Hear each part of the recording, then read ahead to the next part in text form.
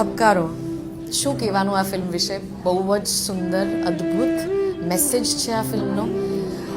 આ ફિલ્મ જોઈને એમ લાગ્યું કે જીવનમાં તમે બધું જ પામી લ્યો, પણ તમારી સાથે તમારા પોતાના માણસો ન હોય તો શું થાય?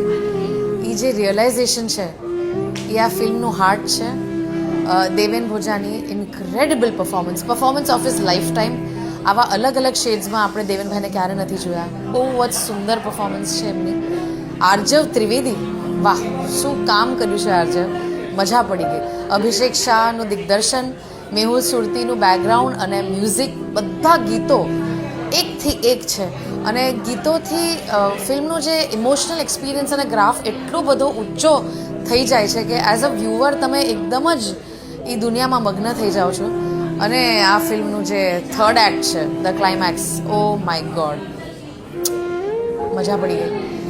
હા, એક સરસ મજાની ગુજરાતી ફિલ્મ તમારે જો જોવી હોય અને એ ફિલ્મથી તમારે કોઈ સરસ મેસેજ લેવો હોય તો ડેફિનેટલી તમે ધબકારો જોજો.